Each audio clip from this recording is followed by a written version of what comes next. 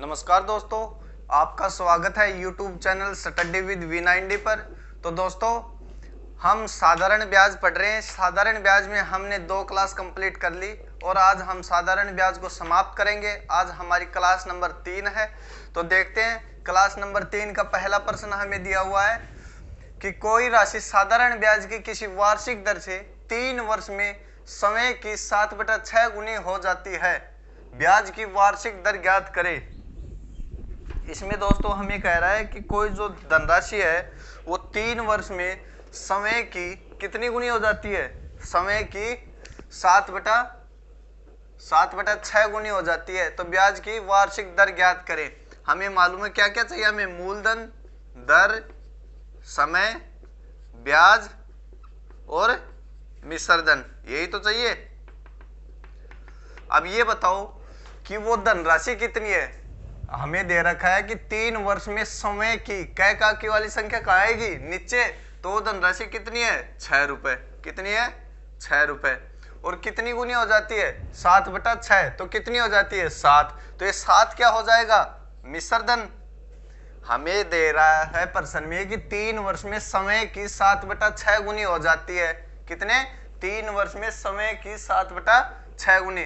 तो 7 मिश्रधन हो गया और 6 क्या हो गया? 6 मूलधन। तो ब्याज कितना मिला हमें? अगर मूलधन 6 रुपए है और मिश्रधन 7 रुपए है तो ब्याज कितना? 1 रुपए। अब निकाल दो, क्या पूछ रहा है हमें? दर। और समय कितना है? समय है 3 वर्ष। अब दर पूछ रहा है, दर निकाल दो। ब्याज गुणा 100 बटा मूलधन कितना है? 6 और समय कितना है? 3। यही तो है। अब निकाल दो। अब इसको काटोगे तो कितना आएगा? इसको काटेंगे तो आएगा 50/9। यह आएगा 9 पजे 45, 5/9%। 5/9% क्या होगी? हमारी दर होगी। देखो दोस्तों, क्वेश्चन नंबर 2 हमें दिया हुआ है कि किसी राशि का साधारण ब्याज मूलधन का 4/9 है। किसी राशि का साधारण ब्याज मूलधन का 4/9 है। अब आगे दिया हुआ कि दिए गए धन पर ब्याज की वार्षिक दर तथा समय समान हो तो ब्याज की दर ज्ञात करो। अब दोस्तों इसमें हमें क्या कह रहा है कि समय और वार्षिक दर दोनों क्या हैं? दोनों दोस्तों समान है। और इसमें हमें दर पूछ रहा है। तो हमें मालूम है पिछले प्रश्न में हमने किया था कि मूलधन, दर, समय, ब्याज और मिश्रधन। इस प्रकार के प्रश्न दोस्तों लगभग पेपरों में पूछ लिया जाता है। अगर साधारण ब्याज से प्रश्न आते हैं तो इस प्रकार के प्रश्नों के आने की संभावना बहुत ज्यादा रहती है। इसमें हमें ये देखो कि समझना क्या है। इसमें हमें समझना क्या है। पिछला प्रश्न भी इसी तरह का था लेकिन उसमें समय दे रखा था, इसमें समय भी नहीं दे रखे और दर भी नहीं दे रखी। तो सबसे पहले तो हमें यह समझना है कि जो ये दे रखा है, ये 4/9 दे रखा है, पिछले प्रश्न में जो दे रखा था और इसमें जो दे रखा है उसमें क्या अंतर है? दोस्तों पिछले प्रश्न में जो दे रखा था वो जो राशि थी वो अपने आप में कितनी हो रही थी? वो अपने आप में उतनी गुनी हो रही थी। कितनी गुनी? अपने आप में वो हो रही थी दोस्तों 7/6 गुनी।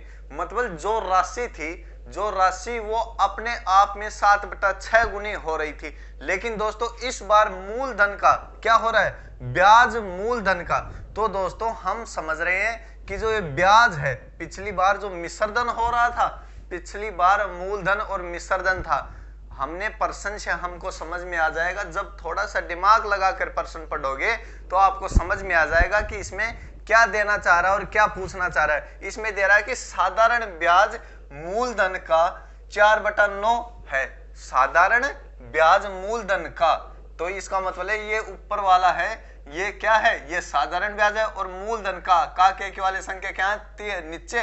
तो 9 क्या है? 9 मूलधन है। और साधारण ब्याज क्या है? साधारण ब्याज है दोस्तों 4। दे रखा है कि साधारण ब्याज मूलधन का। और पिछले प्रश्न में हमें दे रखा था कि कोई राशि 3 वर्षों में समय की कोई राशि समय की 7/6 गुनी हो जाती है। तो उसमें हमें दे रखा था मिश्रधन। इस बार हमें दे रखा है क्या? ये है हमारा ब्याज और ये है हमारा मूलधन। अब देखो इसको करेंगे। ब्याज कितना है, ब्याज है दोस्तों 4 रुपए, और मूलधन कितना है, मूलधन है दोस्तों 9 रुपए।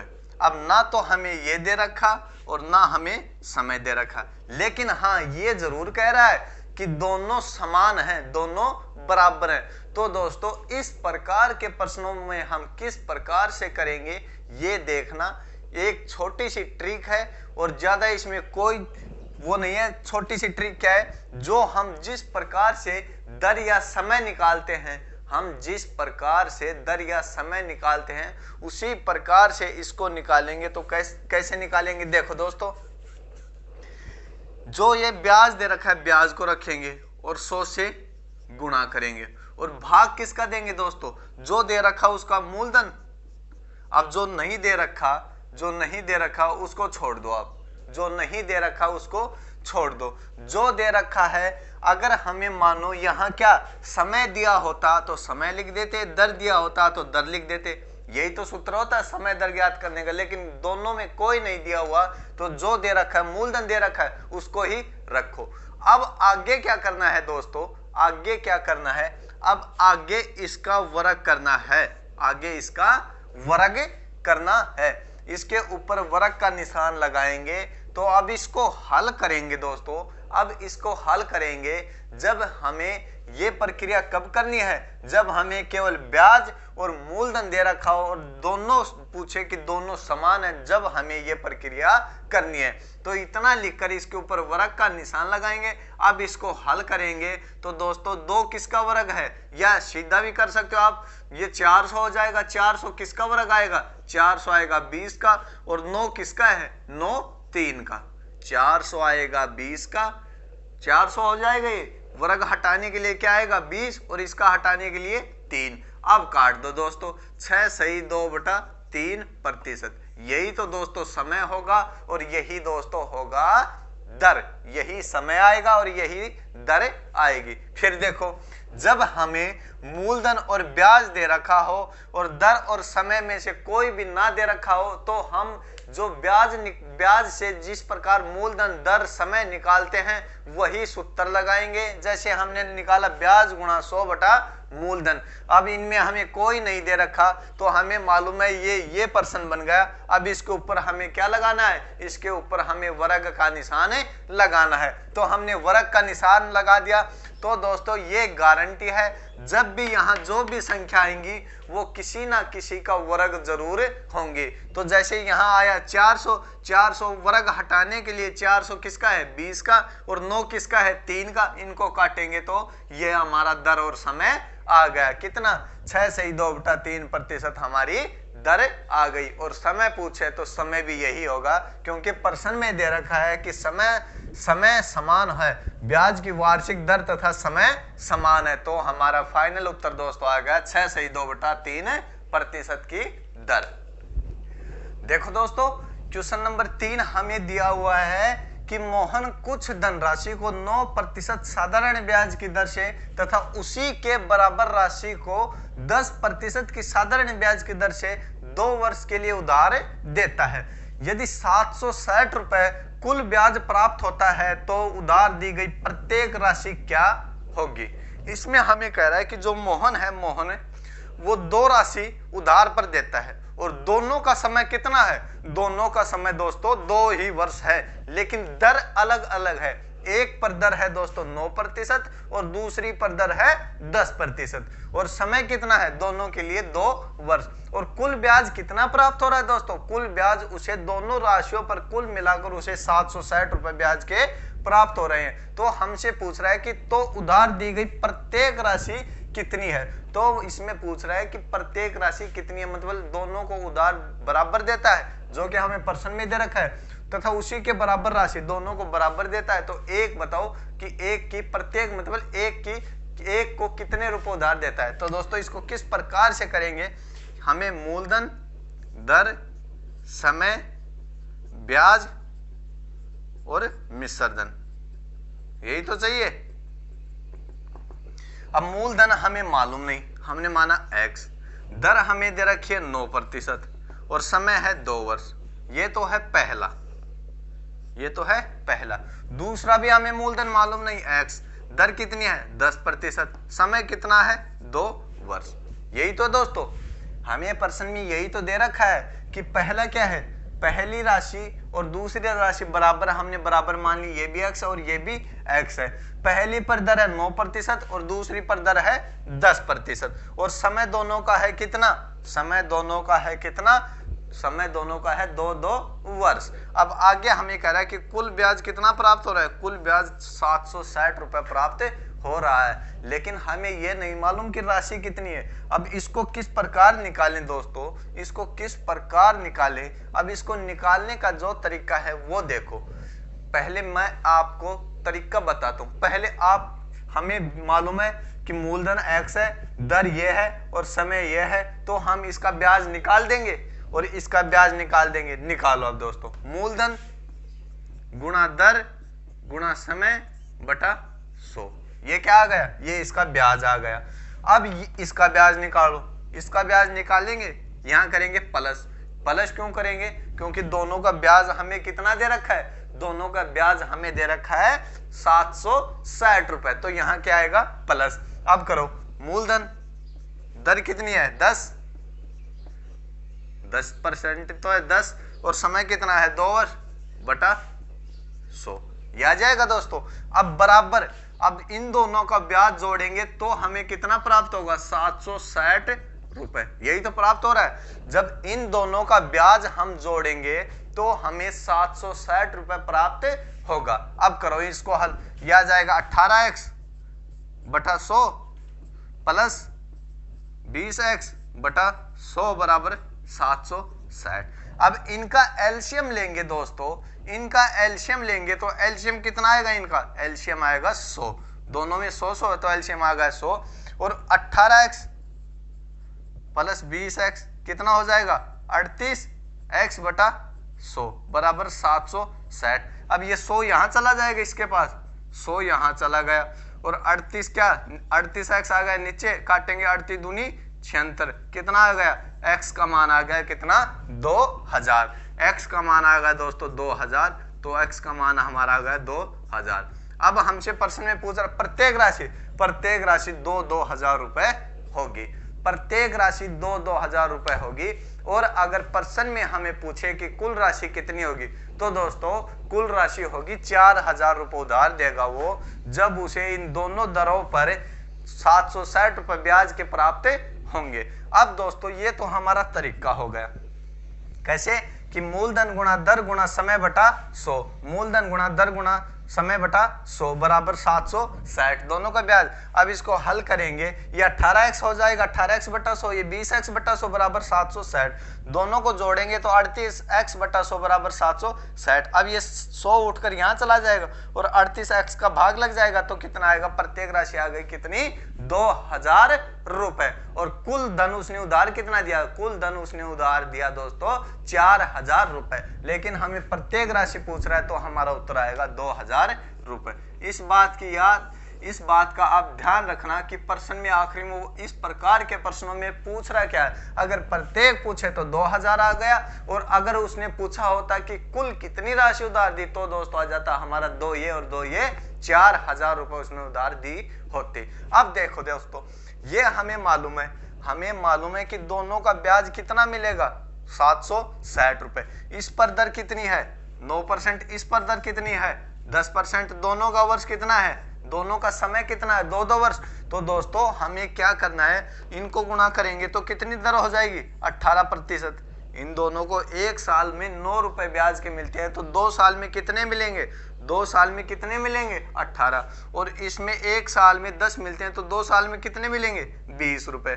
कितने रुपए हो गए टोटल 38 रुपए। कितने रुपए पर मिलेंगे, मूलधन कितना मानते हैं हम 100 रुपए, 100 रुपए पर 38 मिलेंगे। इनका मान हमें क्या दे रखा है 38 बटा 100 का मान हमें क्या दे रखा है 760। अब ये 100 इधर जाकर क्या हो जाएगा गुणा, और 38 क्या हो जाएगा भाग में, तो ये आएगा कितना 2000 हमारा क्या आ जाएगा 2000 हमारा एक को उधार में दी गई राशि का मान आ गया कितना 2000 रुपए। तो ये हमारा क्वेश्चन नंबर 3 कंप्लीट हुआ। अब क्वेश्चन नंबर 4 देखते हैं। देखो दोस्तों, क्वेश्चन नंबर 4 हमें दिया हुआ है और बहुत बेहतरीन प्रश्न है। इसको देखते हैं क्या दिया हुआ है कि किसी धनराशि पर 7.5% वार्षिक दर से 15 माह का साधारण ब्याज उसी धनराशि पर 12.5% वार्षिक दर से 8 माह के साधारण ब्याज से 32.5 रुपए या 32 रुपए और 50 पैसे ज्यादा है, तब वह राशि क्या होगी। इसमें हमें कह रहा है कि दोनों बार राशि समान है, लेकिन एक बार दर है कितनी 7.5% और दूसरी बार दर है कितनी 12.5%। जब 7.5% दर होती है तो समय होता है हमारा कितना 15 वर्ष, और जब 12.5% दर होती है तो समय होता है हमारा 8 वर्ष। अब इसमें हमें कह रहा है कि साधारण ब्याज जो है उनका अंतर कितना है, उनका अंतर 32.5 रुपए कम या ज्यादा है, अंतर है। तो हमें अब मालूम है कि वह राशि कितनी होगी, उसको ज्ञात करना है। अब उसको किस प्रकार ज्ञात करेंगे ये देखो, ये हमें क्या दे रखा है, हमें दर दे रखी है, हमें समय दे रखा है, इसमें भी हमें दर, इसमें भी हमें समय दे रखा है। अब दोस्तों ब्याज का अंतर दे रखा है। पिछले प्रश्न में हमें ब्याज का योग दे रखा था, इस बार प्रश्न में हमें ब्याज का अंतर दे रखा है। तो हमें मालूम है ब्याज का अंतर दे रखा है, तो अब क्या कर देंगे, पिछले प्रश्न में हमने उसका योग किया था, अब उसी तरीके से इनका अंतर कर देंगे। तो देखो किस प्रकार से करेंगे। हमें क्या चाहिए, मूलधन, दर, समय और ब्याज, यही तो चाहिए। अब देखो दोस्त, मूलधन x, दूसरा मूलधन भी x, दर कितनी है 7.5% और यहाँ कितनी है 12.5%, 12.5%, ये दर हो गई। अब समय कितना है, समय यहाँ है 15 वर्ष, 7.5 पर 15 माह, और यहाँ कितना है, यहाँ है दोस्तों 8 माह। अब याद कर दो, अब याद तो कर ही सकते हो। देखो किस प्रकार से करेंगे, ब्याज निकालो और अंतर कितना है, अंतर है इन दोनों का कितना 32.5 रुपए, यही तो है 32.5 रुपए अंतर है। अब देखो इन दोनों का ब्याज निकालेंगे किस प्रकार, मूलधन गुणा दर गुणा समय बटा 100। अब ये बताओ आप हमें कि एक तो ये पॉइंट है, यहाँ पॉइंट हटाने के लिए क्या करेंगे, एक जीरो और लगा देंगे, ये कितना हो गया 1000। अब ये जो 15 माह है इसको साल में बदलने के लिए क्या करेंगे, 15 माह को साल में बदलने के लिए क्या करेंगे, इसमें 12 का भाग देंगे, तो ये हो जाएगा 15/12 हो गया दोस्तों। ये क्या हो गया 15/12 हो गया। अब हमारा आ गया, ये पॉइंट हट जाएगा, ये पॉइंट कैंसिल हो जाएगा, तो क्या आ गया x गुणा 75 गुणा 15/1000 गुणा 12, ये आ गया। अब आगे देखो अंतर है तो माइनस करेंगे, अंतर के लिए माइनस, योग के लिए प्लस, अंतर है तो माइनस करेंगे। ये कितना है x गुणा 12.5%, 12.5 गुणा 8 माह, 8 माह, वही तरीका 100 तो आएगा। अब पॉइंट हटाने के लिए एक जीरो, और 8 के माह है तो इसमें वर्ष में बदलने के लिए क्या करेंगे 12, समझ गए। 8 ये माह है, ये 15 माह है, 15/12 करेंगे वर्ष में बदलने के लिए। हमने आपको पहली क्लास में बताया था कि जब माह हो, माह को वर्ष में बदलने के लिए 12 का भाग देंगे और दिन को वर्ष में बदलने के लिए 365 का भाग देंगे। तो वही है दोस्तों, 15 माह को वर्ष में बदलने के लिए 12 का भाग दिया और 8 माह को वर्ष में बदलने के लिए 12 का भाग दिया। अब इनका अंतर कितना है, इनका अंतर है दोस्तों 32.50 पैसे, 32 रुपए और 50 पैसे इनका अंतर। अब देखो, अब इसको गुणा करेंगे, अब गुणा करेंगे तो ये नीचे क्या आ जाएगा, ये नीचे आ जाएगा। तो जो कट रहा है उसको काटो, पहले तो जो कट रहा है उसको काटो। इसको काटेंगे दोस्तों 25 75, 25 चौक 100, ये आ गया 40, यही तो आएगा दोस्तों 25 75, 25 चौक 100, इसको भी काटो, 25 पंजे 125 और 25 चौक 100, ये भी 40 आ गया। अब ऊपर कितना आ गया दोस्तों, ऊपर आ गया x 45, 15 45 x माइनस कितना हो जाएगा 8 पंजे 40 x बटा कितना हो जाएगा, ये कितना है दोस्तों, एलसीएम दोनों का बराबर आएगा, कितना है एलसीएम 12 चौक 48, 480, यही तो दोस्तों, यही तो है। यही होगा इसका 12 चौक 48 400, 12 चौक 48 480 आएगा। अब अंतर देखो इसका कितना है, 5x बटा 480 बराबर कितना है 32.5, ये 32.50 रुपए।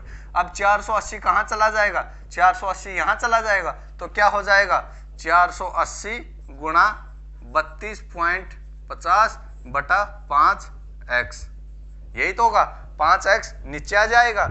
अब देखो दोस्तों पॉइंट हटाने के लिए क्या करना होगा, पॉइंट हटाने के लिए पॉइंट के बाद 2 अंक है तो क्या करना होगा 2 0 मतलब 100 से गुणा, 1 0 से 1 0, 1 0 से 1 0। अब बच गया कितना दोस्तों 400, ये बच गया 48 और 32 पॉइंट तो हट ही गया 350। अब इसको काटेंगे 5 6 के 30 और 5 5 25। अब इसको और इसको गुणा करेंगे, 65 को 48 से गुणा करेंगे दोस्तों, 65 को 48 से गुणा करेंगे तो आएगा 8 पंजे 40, 4 8 6 के 48 और 4 52। इसको करेंगे 5 चौक 20, 2 4 6 की 24 और 2 26। यह आएगा दोस्तों 0 2 11 3120 रुपए हमारा, 3120 रुपए हमारी राशि आ जाएगी। कितनी हमारी राशि आएगी दोस्तों 3120 रुपए, जो कि हमारा फाइनल उत्तर आएगा। कितना आएगा 3120 रुपए। अब आप इसको गुणा भाग और अपने तरीके से कर लेना, इसका उत्तर आएगा 3120 रुपए।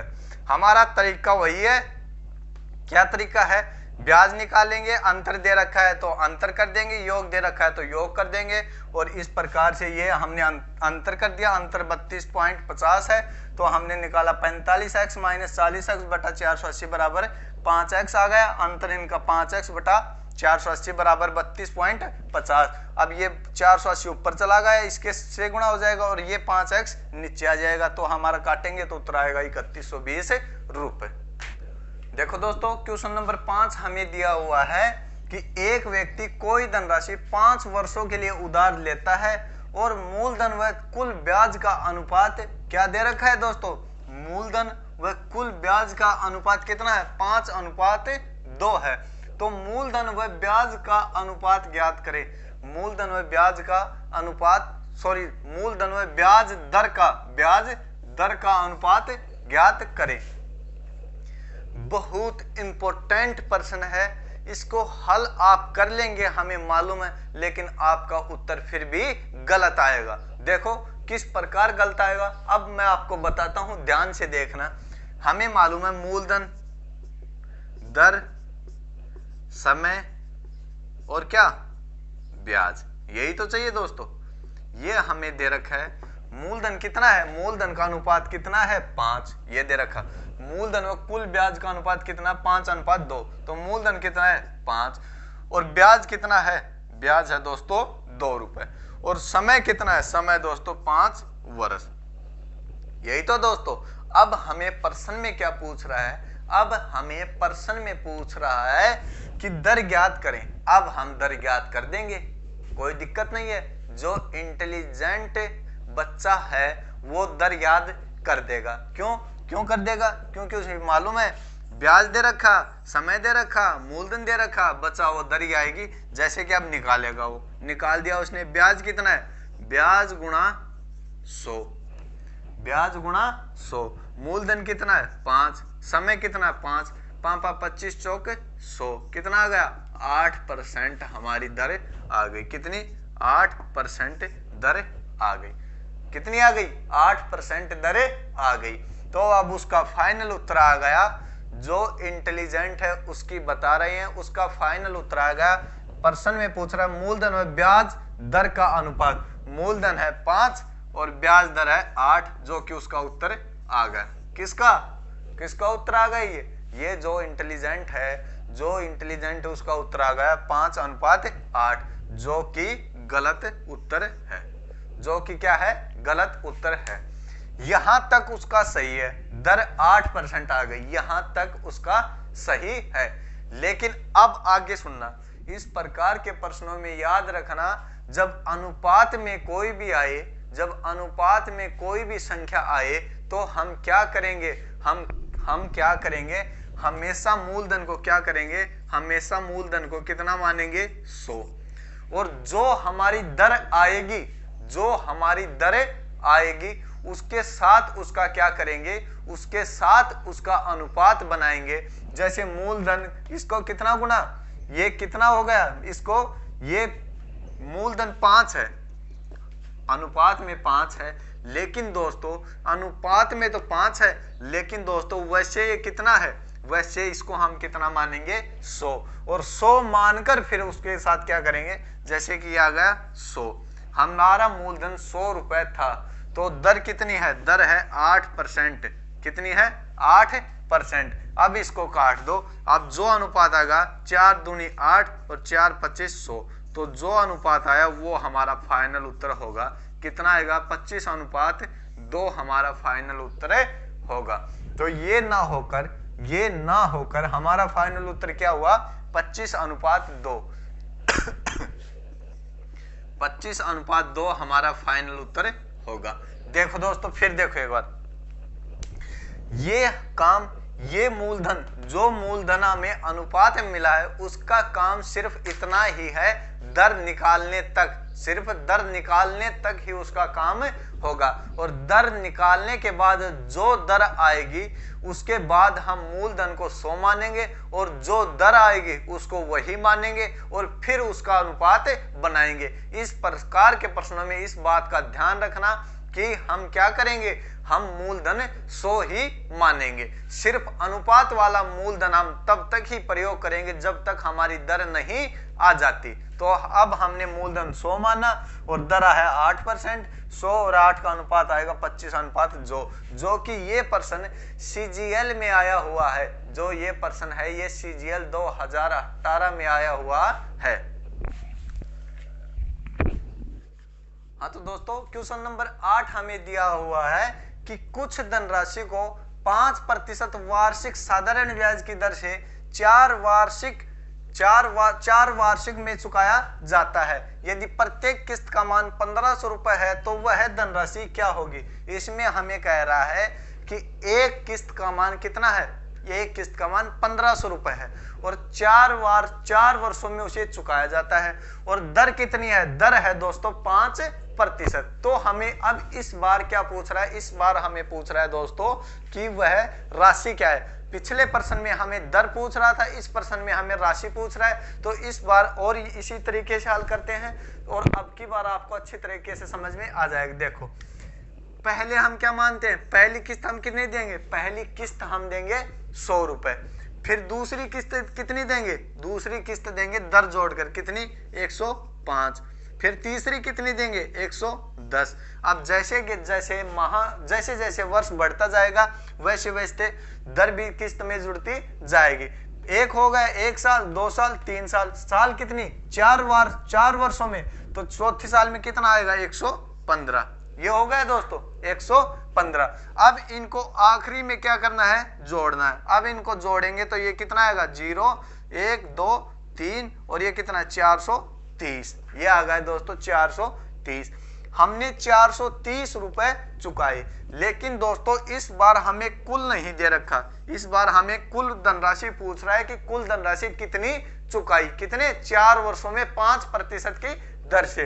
तो 430 के सामने कुल कितनी चुकाई, x लिखेंगे। प्रत्येक किस्त का मान दे रखा है हमें कितना, 1500 रुपए। प्रत्येक किस्त का मान कहाँ आता है, यहाँ आता है, तो यहाँ लिखेंगे कितना, 1500 रुपए। और अब दोस्तों क्या कर देंगे, अब कर देंगे दोस्तों क्रॉस गुणा। अब जो ये x किससे गुणा होगा, 100 से, और 1500 किससे गुणा होगा, 430 से। तो करेंगे 1500 गुणा 430 बटा 100x। अब 2 0 से 2 0। अब 430 को 15 से गुणा करेंगे तो क्या आएगा, 15 से 5 3 15, 20 से 21, 3 4, यह आ जाएगा दोस्तों, कितना आ जाएगा, 6450। कितना आ गया दोस्तों, 6450 रुपए। 6450 रुपए उसने चुकाए, कितने, 6450, जो कि हमारा फाइनल उत्तर आ गया। अब आप समझ गए होंगे क्या करना है। अगर किस्त दे रखी है तो इस 100 के सामने रखना है, और कुल धनराशि दे रखी है तो नीचे वाले के सामने रखना है, और दोनों में एक पूछेगा, या तो किस्त पूछेगा या कुल धनराशि पूछेगा, उसके सामने x रखना और क्या करना है, क्रॉस गुणा कर देना है, जो जिससे हमारा उत्तर आ जाएगा। हाँ तो दोस्तों क्वेश्चन नंबर 9 हमें दिया हुआ है कि कोई धनराशि साधारण ब्याज की दर से 4 वर्ष तथा 5 वर्ष के अंत में क्रम से 12,900 और 14,250 रुपए हो जाती है, ब्याज की दर ज्ञात करें। इसमें दोस्तों हमें क्या दिया हुआ है कि 4 वर्ष में तो कितनी हो जाती है 12,900 रुपए, और 5 वर्ष में कितनी हो जाती है, 5 वर्ष में दोस्तों हो जाती है कितनी 14,250 रुपए। यही तो है दोस्तों। अब दोस्तों हमें मालूम है कि साधारण ब्याज केवल मूलधन के ऊपर मिलता है, केवल मूलधन के ऊपर मिलता है। साधारण ब्याज केवल मूलधन के ऊपर मिलता है, ना कि ब्याज के ऊपर भी ब्याज मिलता है। तो हमें मालूम है जो ये 14,250 रुपए 12,900 से आगे जितने रुपए बढ़े वो किस पर, मूलधन के ऊपर बढ़े। अब देखो दोस्तों यहां तो अंतर करना है, जब इस प्रकार के प्रश्न साधारण ब्याज में आए तो यहां तो समय का अंतर करना है, और जो राशि दी गई है उसका भी क्या करना है, अंतर। तो इसका अंतर करेंगे, 14,250 में से 12,900 घटाएंगे तो कितना बचेगा, कितना बचेगा 14,250 में से 12,900 घटाएंगे तो कितना बचेगा 0, 5, 12 में 9 गई तो 3, और यहाँ कितना है 1, 1350। अब दोस्तों ये 1350 रुपए एक वर्ष का ब्याज है, एक वर्ष का ब्याज कितना है 1350। अब लिखेंगे ब्याज गुणा 100, 1350 ब्याज गुणा 100। अब कितने वर्ष का है, एक वर्ष का। अब हमें चाहिए क्या, अब हमें चाहिए क्या, मूलधन। तो मूलधन कैसे निकालेंगे कि एक वर्ष में ब्याज जब 1350 रुपए मिलता है तो या तो इसमें निकाल लो या इसमें। 4 वर्ष में कितना मिलेगा, 4 वर्ष में मिलेगा दोस्तों 4 पंजे 20, 2 4 3 12, 2 14 14, 1 4 1 5, कितना ब्याज मिलेगा 5400 रुपए ब्याज मिलेगा। 5400 रुपए, कुल राशि 12,900 है और 5400 रुपए ब्याज मिलते हैं, तो मूलधन कितना आएगा 5, 12 7500 रुपए क्या आ जाएगा 7500 रुपए दोस्तों मूलधन आ जाएगा, जो यहाँ लिखेंगे। 2 0 से 2 0 कैंसिल। अब इसको काटेंगे, 15 में 105, 15 5 75, 5 इसे काटेंगे तो 18% की हमारी क्या आ जाएगी दोस्तों, 18% की दोस्तों हमारी दर आ जाएगी। कितनी 18% की। फिर देखो ये जो 4 वर्ष में 12,900 है ये है हमारा मिश्र धन, और 5 वर्ष में जो 14,250 है ये भी है हमारा मिश्र धन। अब दोस्तों जब एक वर्ष का काटेंगे तो ब्याज आएगा 1350, 4 वर्ष में ब्याज मिलता है 5400। अगर 12,900 मिश्र धन है और 5400 ब्याज है तो मूलधन आया हमारा 7500 रुपए। अब 7500 रुपए मूलधन आया, एक वर्ष का ब्याज 1350 गुणा 100 बटा 1 साल का ब्याज है, और मूलधन लिखेंगे तो दर आएगी हमारी 18%, जो कि हमारा फाइनल उत्तर होगा। तो दोस्तों साधारण ब्याज हमने कंप्लीट कर लिया है। अब कल से हम चक्रवर्ती ब्याज देखेंगे। तो आज की क्लास यहीं तक। धन्यवाद, नमस्कार।